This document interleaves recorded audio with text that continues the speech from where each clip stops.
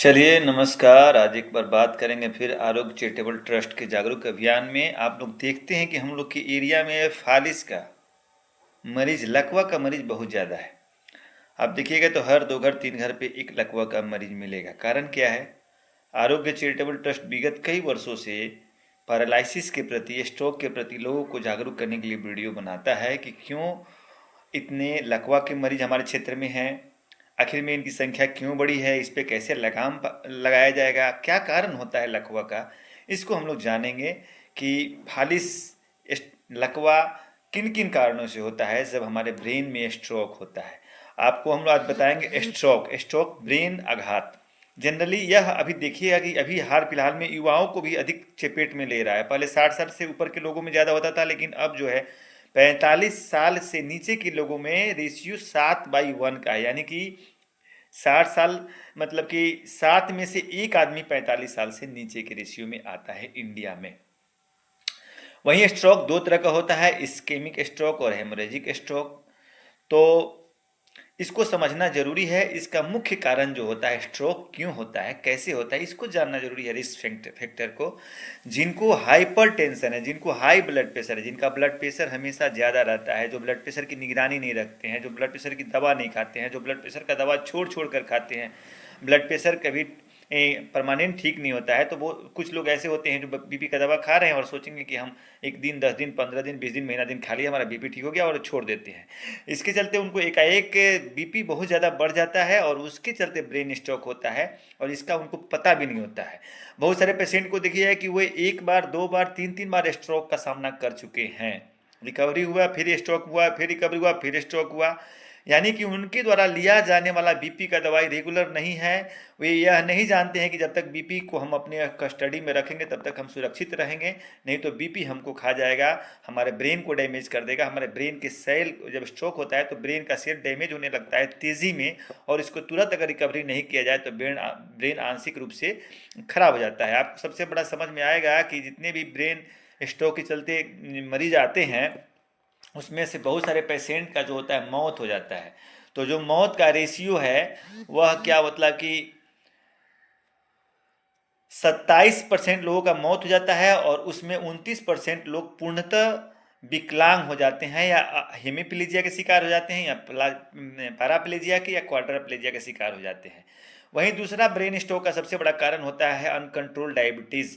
Diabetes वाले patient को, जिनको डायबिटीज़ कंट्रोल नहीं रहता है, डायबिटिक न्यूरोपैथी के चलते ब्रेन का सेल डैमेज होता है। जो हाई डायबिटीज़ होता है उसके चलते ब्रेन नर्वस सिस्टम डैमेज होता है, और उनके चलते भी ब्रेन को स्ट्रोक होगा। फिर हाइपरलिपिडीमिया के चलते, जिनको कोलेस्ट्रॉल की मात्रा शरीर में नियमित नहीं रहती है, उसके चलते स्ट्रोक का चांस बढ़ जाता है। जो अत्यधिक तंबाकू और अल्कोहल का सेवन करते हैं, टबैको का सेवन से स्ट्रोक का जो परसेंटेज है वह 28.5% है। डायबिटीज़ के चलते स्ट्रोक का परसेंटेज 27% है, और सबसे ज़्यादा हाइपरटेंशन के चलते 74.5% स्ट्रोक का कारण है यह बीमारी। तो हम बात करें थे टबैको और अल्कोहल के यूज के चलते क्या होता है कि स्ट्रोक का संख्या बढ़ जाता है। अल्कोहल के सेवन से ब्रेन का ब्लड सर्कुलेशन तो बढ़ता ही है, साथ में ब्रेन के सेल्स को भी डैमेज करता है, जिसके चलते स्ट्रोक का चांस बढ़ जाता है। वहीं स्ट्रोक की बात करेंगे तो दो तरह का स्ट्रोक होता है, इस्केमिक स्ट्रोक और हेमरेजिक स्ट्रोक। जितने भी स्ट्रोक होते हैं उसमें 60% केसेस जो होते हैं इस्केमिक स्ट्रोक का होता है। इस्केमिक स्ट्रोक मतलब कि आपको ब्रेन का जो ब्लड वेसल सप्लाई हो रहा है, उस ब्रेन के ब्लड वेसल्स में ऑक्सीजनेटेड ब्लड नहीं पहुंच पाना, जिसके चलते वहाँ का ब्रेन डैमेज हो। और एक होता है हेमरेजिक स्ट्रोक। हेमरेजिक स्ट्रोक में क्या होता है, 34% होता है। इसमें हाई बीपी के चलते या फिर किसी कारण से ब्रेन का जो वहाँ पे ब्लड सर्कुलेशन वाला जो है उसमें टीयर हो जाना, वहाँ से हेमरेज हो जाना, और वहाँ से क्लॉट का फॉर्मेशन हो जाना।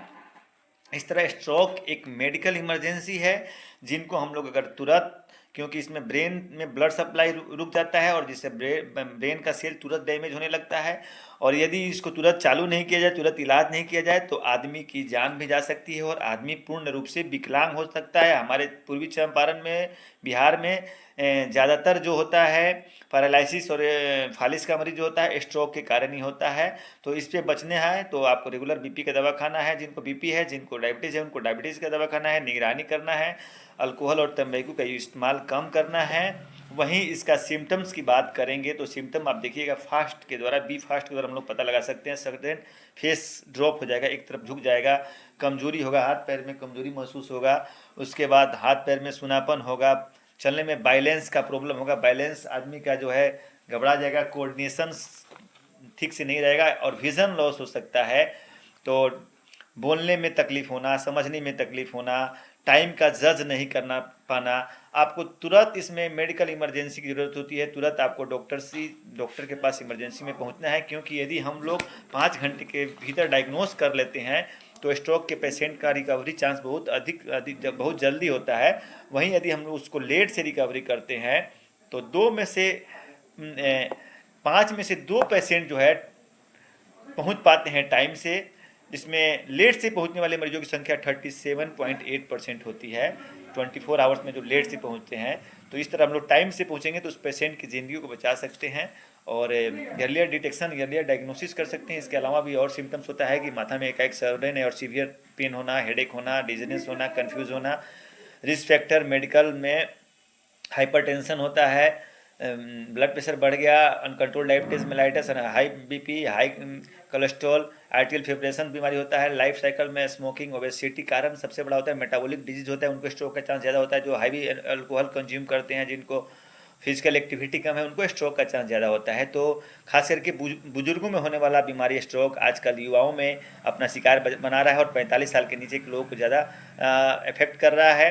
डायग्नोसिस के लिए सीटी स्कैन, एमआरआई से हम लोग इसको पता कर सकते हैं। कैरोटिड अल्ट्रासाउंड, इको और एंजियोग्राफी से पता लगाया सकता है। तो अर्लियर डिटेक्शन करके हम लोग स्ट्रोक को रोक सकते हैं, स्ट्रोक के प्रिवेंशन कर सकते हैं और स्ट्रोक वाले पेशेंट को रेगुलर निगरानी में, जिनको फैमिलियर हिस्ट्री है हाइपरटेंशन का, ओबेसिटी का, उनको यह चीज़ देखना है कि हमारे फैमिली में अगर स्ट्रोक है का हिस्ट्री है, हाइपरटेंशन का हिस्ट्री है, डायबिटीज़ का हिस्ट्री है, तो रेगुलर बीपी का मॉनिटरिंग कराना, रेगुलर हाइपरटेंशन का मॉनिटरिंग कराना, कोलेस्ट्रॉल का मॉनिटरिंग कराना और अपने लाइफ को ठीक से जीना। और जिनको पहले से हाइपरटेंशन है और डायबिटीज़ है, उनको रेगुलर चेकअप में रहना, दवा छोड़ छोड़ के नहीं खाना, रेगुलर दवा का इस्तेमाल करना। इससे हम लोग स्ट्रोक से बच सकते हैं, पैरालिसिस से बच सकते हैं, फालिस से बच सकते हैं। और हम अपनी आबादी, हमने क्षेत्र के बहुत सारे जो जनसंख्या है यहाँ पे क्षेत्र में, जनसंख्या इतनी बड़ी जनसंख्या है, उसमें हम लोग मेडिकल अवेयरनेस के रूप में यही कह सकते हैं कि यदि सब लोग मिल के इस पर लोग जागरूक करें तो हम अपने क्षेत्र से लकवा, विकलांगता, स्ट्रोक के चलते जो फालिस पैरालिसिस होता है उसकी संख्या को हम कम कर सकते हैं, मरीजों को जागरूक करके। और जागरूक रहिए, सतर्क रहिए, prevention is better than cure, इसी पे काम करता है आरोग्य चैरिटेबल ट्रस्ट।